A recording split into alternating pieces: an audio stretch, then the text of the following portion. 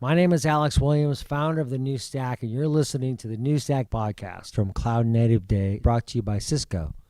Check out Mantle, Cisco's open source microservices infrastructure, pulling together the best of open source projects, including Docker, Kubernetes, and Ansible. Learn more at mantle.io. That's MANTL.io. Hey, it's Alex Williams with The New Stack here at Cloud Native Day in Toronto, Canada, with Duane. How do I pronounce your last name? DeCapite. Great. And Duane, you're with Cisco. And if you could get close to the mic so we can make sure we capture all the golden nuggets of knowledge you're going to share with us right now. Absolutely, and from Lee too. Yes.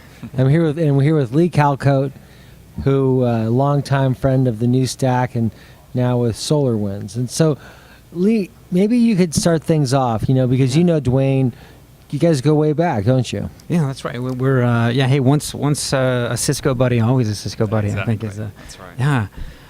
This is Alex. This is the first time Duane and I got to actually put skin on skin. So this is nice. It's been I think most of our engagements have been all in and around OpenStack for the most part, and that's your continued focus at Cisco. I think you were up on stage a bit ago talking about Magnum specifically and kind of we did, yeah. OpenStack and containers.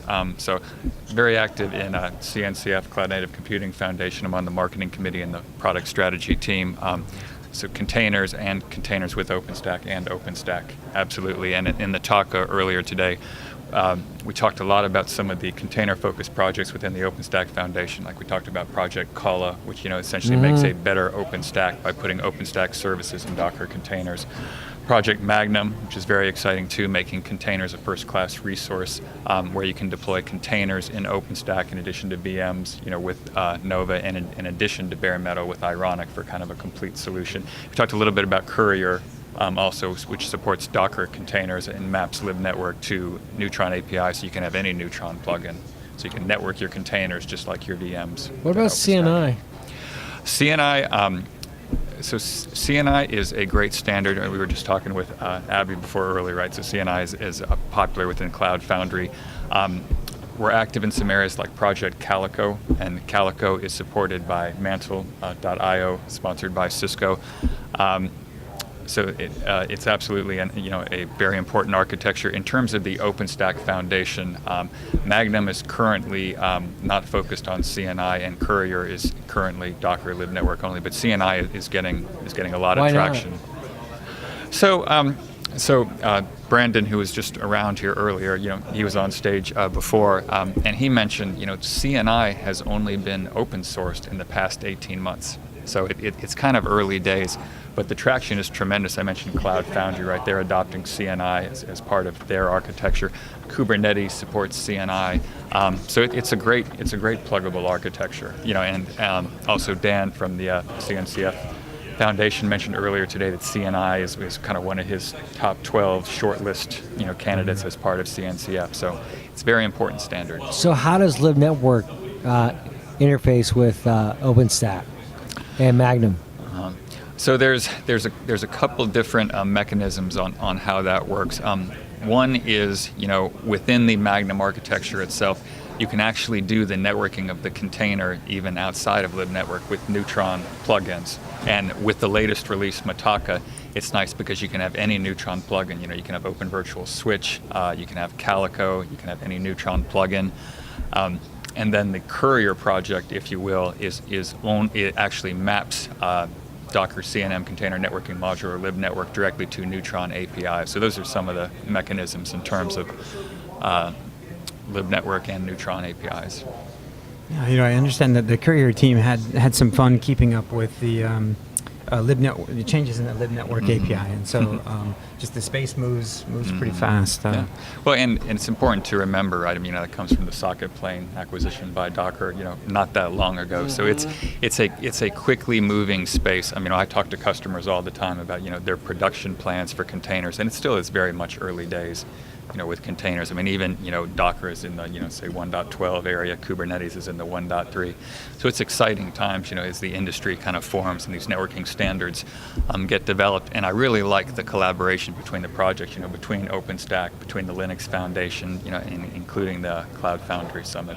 Yeah, we're seeing a nice, mixture of contributors kind of between those two projects, which is really sort of a natural, maybe an evolution probably is the wrong term there, but just an organic, reuse of open source between those projects. That's great. Right. So you mentioned customers a minute ago, and in your product management role, I'm just really curious to come to hear how you might characterize some customer needs around those projects that you mentioned, Magnum and Courier and Heat and even Murano. But do you find that those projects, tug at a specific customer use case or appeal to certain types of customers? How do you characterize that? They do. In terms of characterization, so OpenStack Heat, the template, it's extremely popular. It's used in lots of different environments. Even products like Red Hat OpenShift, and Red Hat is a strong partner of Cisco's, uses the Heat template. So lots of customers use the Heat templates because it's a nice way to kind of programmatically, if you will, put lots of different OpenStack services together kind of in one place. And Heat is a key part of the Magnum solution. So we see lots of customers' interest in Heat. Magnum, is still kind of a work in progress, if you will. Lots of customers are kind of interested in when it becomes production ready. Courier is kind of the same thing. It's kind of early days, but they're interested in the promise.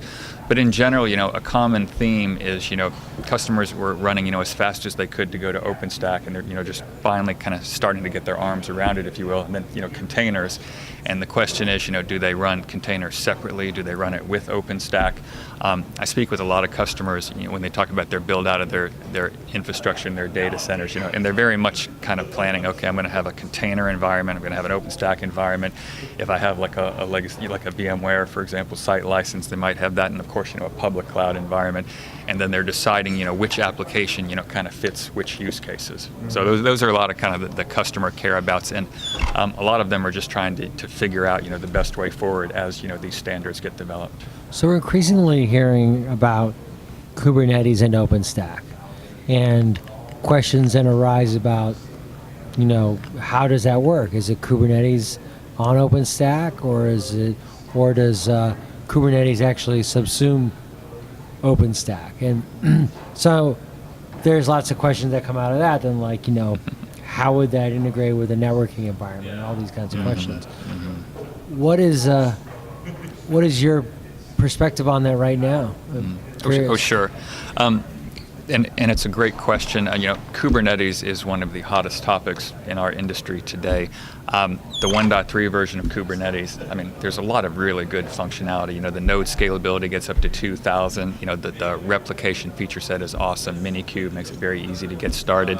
A great demo by CoreOS and Alex at the OpenStack Summit in Austin showed how, with Kubernetes, you can make a very resilient OpenStack. They essentially it used OpenStack services in containers, much like Project Kala, but Project Kala uses Ansible playbooks, and the Stackinetes demo uses Kubernetes, and it was really scale. They would delete OpenStack services, and Kubernetes would spin one up right away. So it's pretty clear that Kubernetes can make a better OpenStack, and Kubernetes can be deployed with OpenStack. Kubernetes, we talked about CNI, Container Networking Interface, before. Kubernetes supports CNI, and that's important. Other vendors like Mirantis, are integrating Kubernetes and OpenStack, and even, Red Hat I mentioned, with their OpenShift product, they support, Kubernetes, as well as OpenShift on top of OpenStack.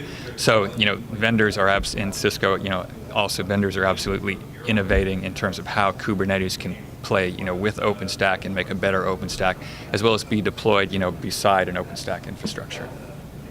But yeah, beside and on top sometimes, and then I guess to Alex's point, sometimes underneath as well. It's sort of in that with respect to that Stackinetes demo, and I don't know. I've heard the perspective of some that it was almost just at a demo. Still some kinks to be worked out kind of within there, but. In speaking with Adrian Otto here recently on the Magnum PTL, and he has a particular perspective on what is his perspective? That running infrastructure software and OpenStack being infrastructure software is best done on the metal or on the infrastructure, directly on the infrastructure that it's orchestrating. And so, which is to essentially say that I don't know that he immediately felt that running Kubernetes as the underlying orchestration system, and then an IaaS orchestration system on top of that was, maybe the best thing. I think part of his point was that wasn't necessarily how OpenStack was initially designed, and so you're inevitably just going to run into, hey, it doesn't, some areas that may not work so well. And if you take a look at Alex Polvy's demo, which was just a fantastic concept, and I hope that it's successful. But that there's some you're gonna have some heartache as you get that fully to 100% complete, and you get all of those services running inside of all those OpenStack services running inside of containers. I know Steve Dake, formerly of Red Hat, PTL over Cola, who's now at Cisco, so doing some good work with you guys. And you mentioned you're using Ansible within that project Cola, but I understand that's been something of a challenge to containerize all of the projects that are within the OpenStack, and you end up with like 100-something containers, even for just one project. And so I'm not sure to what extent you and Steve and kind of spend time on Cola, but what's the state of that project? So the project is strong. So in the big tent for Liberty, it was basically deploying at roughly 100 node scale. Mataka, it goes beyond that. One of the nice things that Project Cola has done, including Adrian and Steve and others, is they're very prescriptive in terms of the OpenStack services supported. Nova is supported, and Neutron supported, and Ceph is supported. But they draw a line, very clearly in terms of what's supported and what's not, and that helps them scale quite a bit. And then in the Mataka release, pluggable networking for the first time, which is really nice because it's no longer just flannel networking as before with Magnum. You can use other options as well. So it's slow but steady, within OpenStack, which is a good way to proceed. Nice. So the new names for the next two releases were just announced. What are those two? So there's Newton, Okada, and a Q in there somewhere. So there. I don't. Use the new. New new names for the next upcoming OpenStack releases over the next year or so. Right. But, kind of always fun to see what those are. Well, and we get to vote on them too, which is nice, and I like how they pick, kind of cities near the summit as well. Yeah, those namings are out.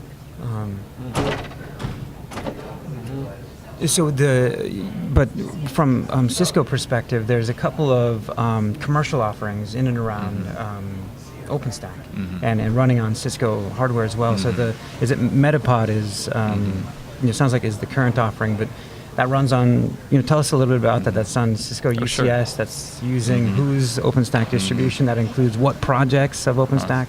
Sure. Oh, absolutely. So, Metapod or MetaCloud runs on a variety of environments. It runs on Cisco UCS. The Metapod, which is a prescriptive set of infrastructure, includes UCS, includes the Nexus 9000.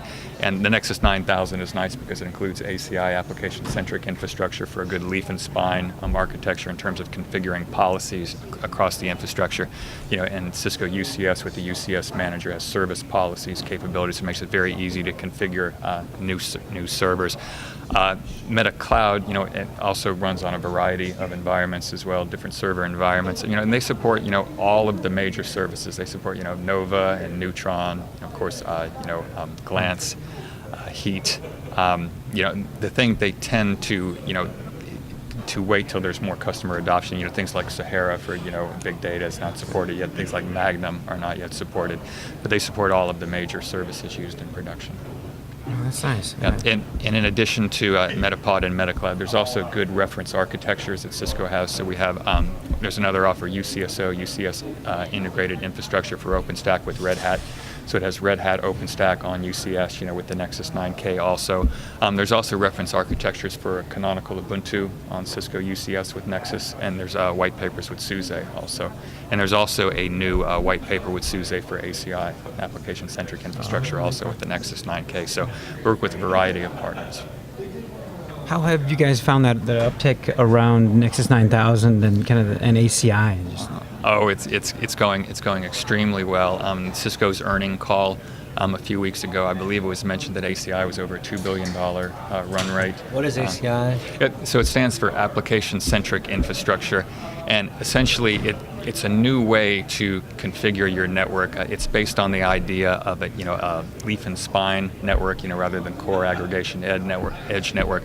But within that leaf and spine fabric, it's a very nice VXLAN overlay, so there's an any-to-any kind of connectivity. So you essentially configure application policies for the infrastructure on the network, and then ACI maintains the policy. So in other words, say you have a 3-tiered database, you configure your firewall policies, your application policies. As that application is created within, say, different VMs, the policies actually stick with each other as the VMs move around the fabric. So it's a really nice way to kind of simplify the configuration of the network in a leaf and spine environment. It also helps stitch together both OpenStack and vCenter sort of across. Absolutely. And there's ACI or APIC plugins directly into Neutron, as well as strong VMware support also. And customers like that because they can go into the OpenStack dashboard through Horizon, and then they can pop into the ACI dashboard and kind of see how things correlate as well.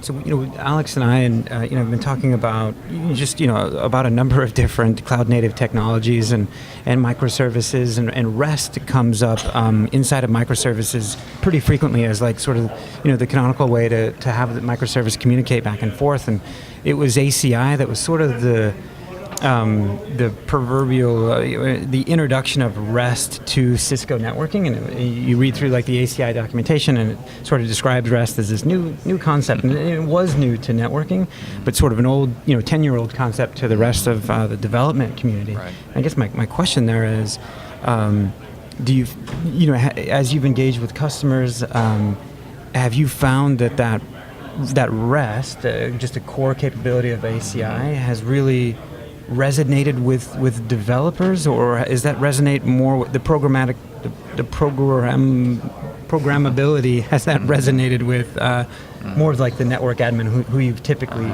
sold to? Right. Oh, it's absolutely both. Developers are used to that kind of functionality, and they like to take advantage of it. And REST-based APIs have a lot of advantages. They're asynchronous, so they scale, very quickly, which is another key part of Magnum and scalability.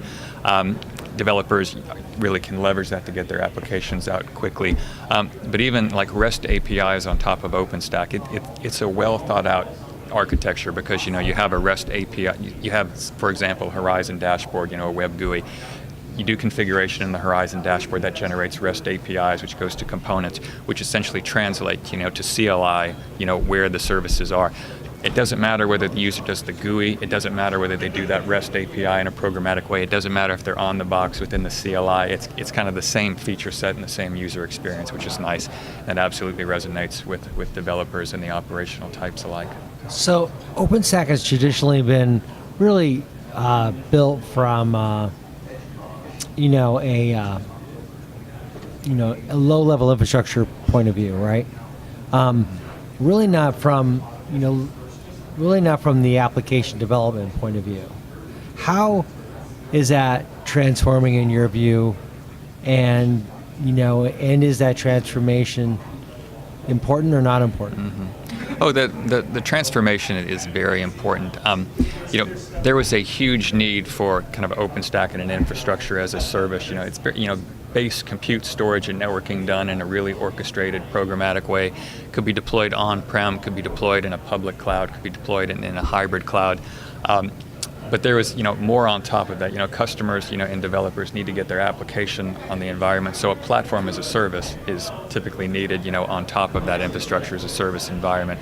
There's a couple different ways. There's application catalogs to deploy code, but we're seeing the ecosystem, really flourish around platforms as a service. So Cisco has Mantle and Shipped, which there's a demo outside also, which is a nice kind of platform as a service for containers. in a cloud agnostic way, so it can be within an OpenStack environment, or it can be with an Amazon environment, or a VMware environment, or a bare metal environment.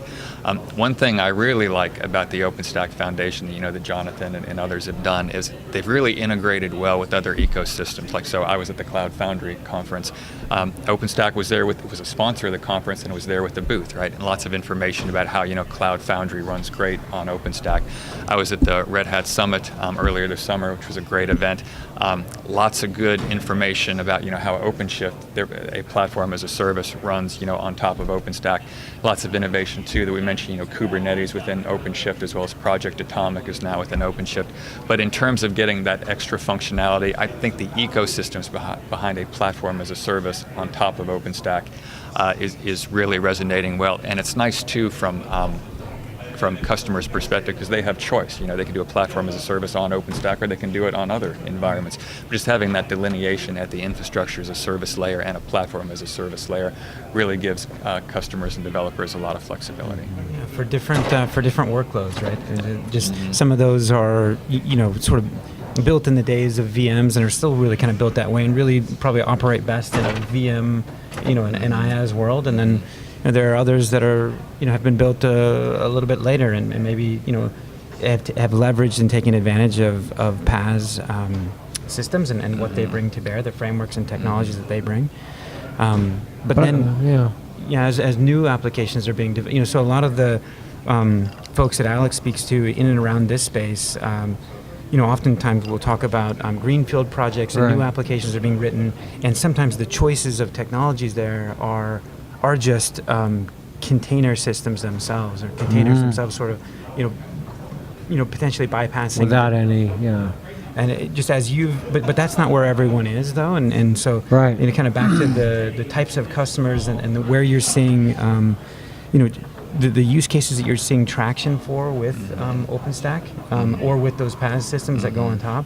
Any patterns there for specific use cases or specific types of workloads that you'd really, you'd steer your customers towards, OpenStack, or you'd steer them more towards a PaaS on OpenStack? How do you? Oh, sure.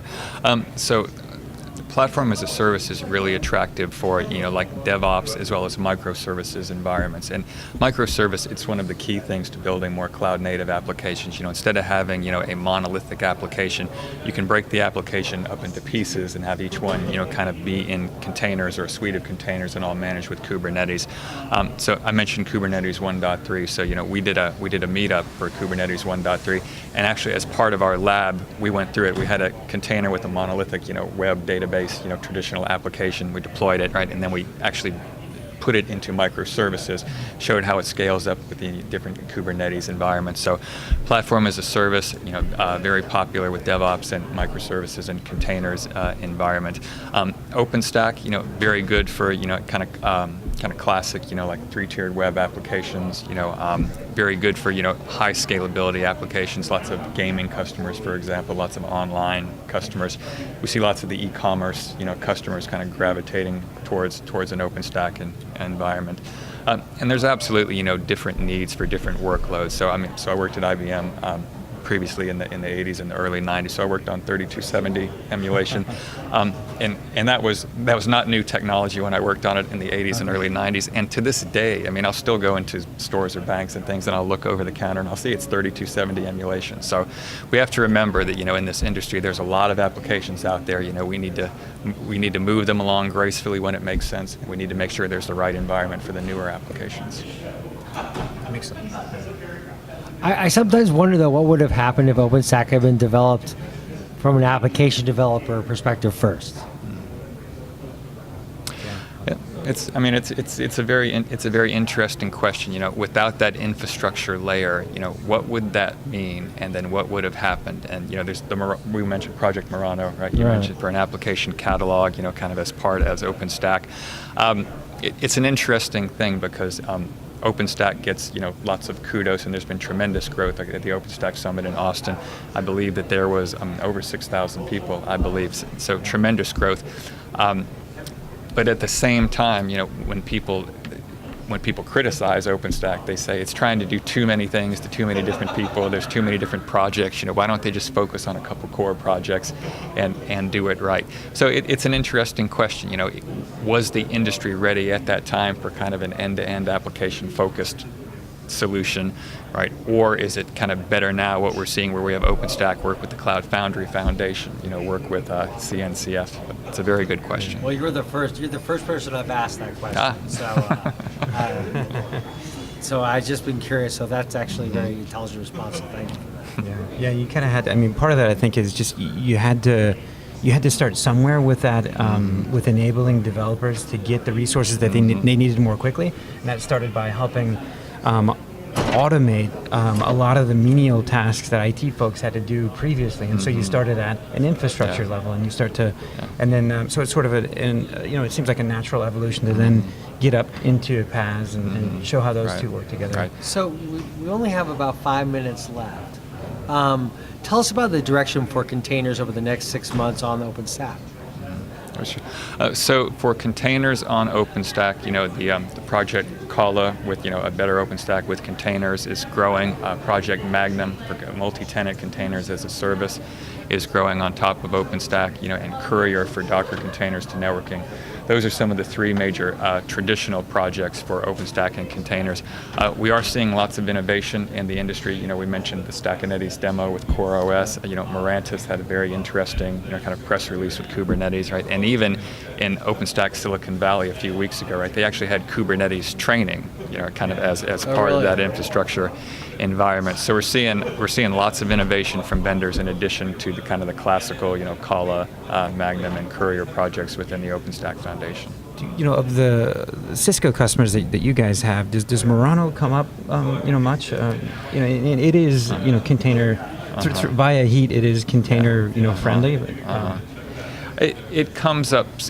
It's occasionally. It's not in the forefront of the conversations. And when it does come up, there's lots of kind of questions about where it is and what would you recommend that we do it. So it's part of the conversation, but it's certainly not at the forefront currently. So we expect then Kubernetes to get more attention over the next 6 months for sure. Oh, absolutely. We saw it from 451 earlier today. Kubernetes is one of the hottest topics in this industry, and the power is amazing. I mentioned the replication feature set. The ability within the command line, and we kind of did this at the meetup for Kubernetes 1.3, right? The ability to spin up 10,000 copies of one thing is just amazing, and the resiliency that we saw at the Kubernetes demo.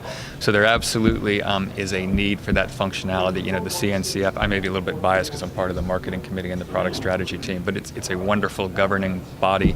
And there's going to be many more projects kind of added to this. So that's kind of the question is, after Prometheus, what other suite of projects can we add to Kubernetes to kind of make it more of that end-to-end solution, that the customers need. So absolutely, lots of interest and traction in Kubernetes. Yeah, there's a number. There's a number of projects that need to be added there that are missing. Open tracing is probably coming up. Fluentd is coming up, but just in and around a lot of other as you have a full cloud native suite of technologies. The Kubernetes brings a lot of that to bear, but there's back to kind of how when you talk about PaaS and all of the functionality they bring out of the box, we'll need kind of that same box for within the CNCF for that cloud native suite. Right, absolutely. Well, Duane, thank you so much for taking some time to talk with us. I appreciate it. It helps me understand a lot more about where OpenStack is now with containers and Kubernetes and its overall direction, and we'll see you in Barcelona, I guess. All right, excellent. Thank you, and thank you for having me on the show. Thanks. Thank you, Duane. Thank you, Alex. You're listening to the New Stack podcast from Cloud Native Day, brought to you by Cisco. Check out Mantle, Cisco's open source microservices infrastructure, pulling together the best of open source projects, including Docker, Kubernetes, and Ansible. Learn more at mantle.io. That's MANTL.io.